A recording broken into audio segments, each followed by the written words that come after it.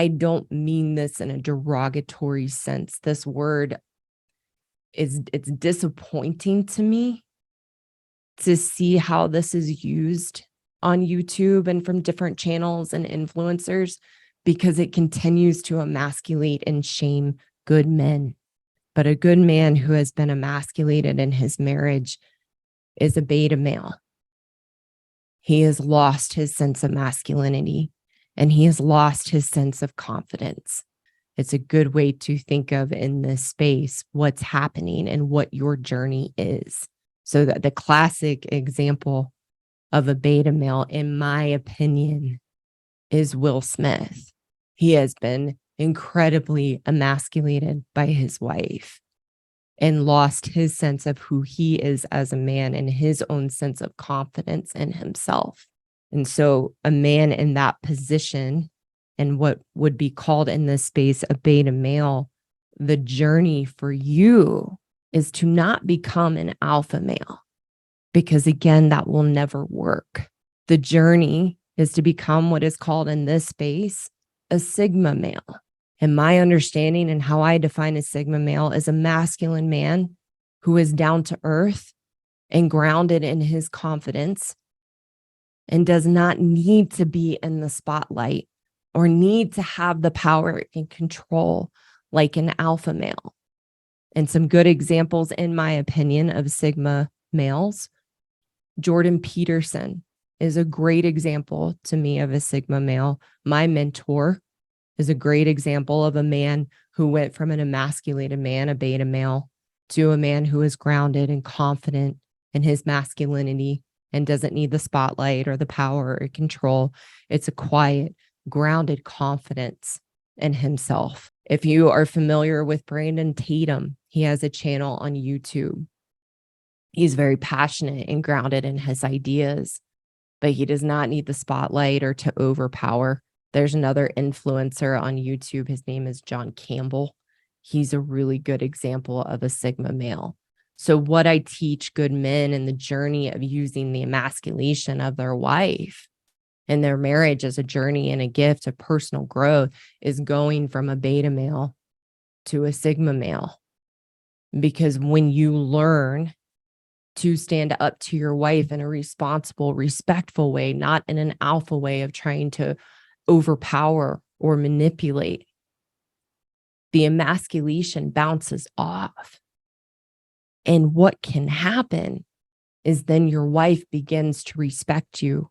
It doesn't mean that her emasculation will ever stop completely, but it can actually begin to lessen because you are grounded and confident in yourself and have regained your sense of masculinity.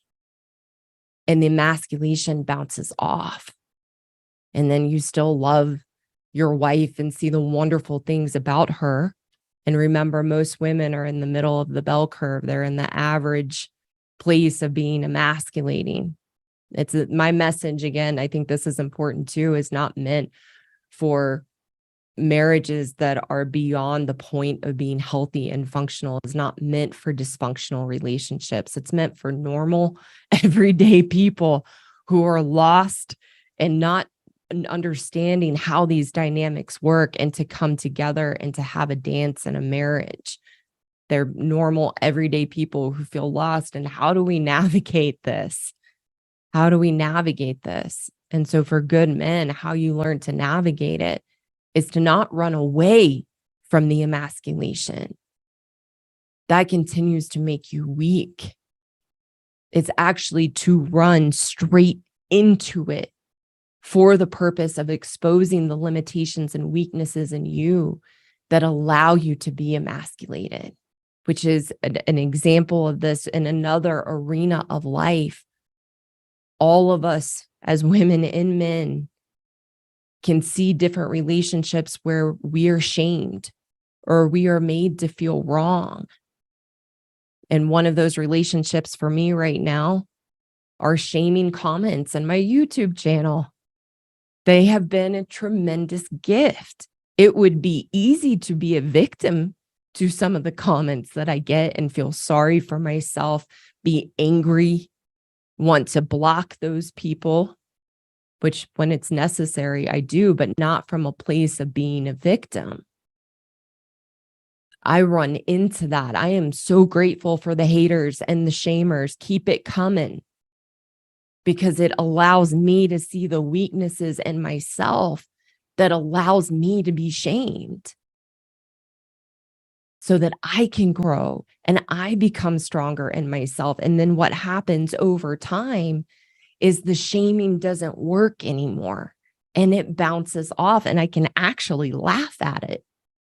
And then I'll get a comment that it's like a knife to the heart, because I am a good, nice person and it hurts, but it's not that person creating that hurt inside of me. That hurt was already there.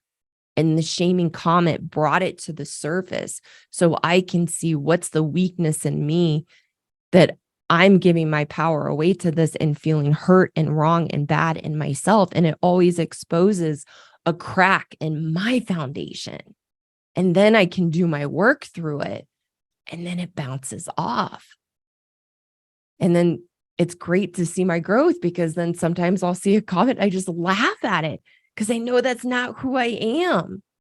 So it's the same journey for a good man in his marriage. Once you know who you are as a good man, there's nothing your wife can say or do that causes you to waver or question that in yourself.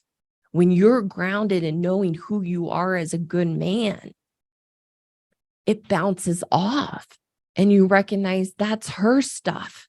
That's not me. Who she's telling me I am right now isn't me, because you're grounded in yourself and confident in yourself and your masculinity.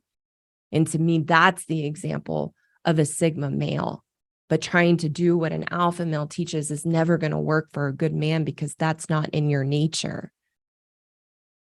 Your nature is you do want integrity, and you have care, and you're loving and good natured, and you see the wonderful things about your wife, and it's not in you to want to overpower somebody or to be narcissistic. And so your journey is to have a grounded confidence in yourself and regain your masculinity through that journey.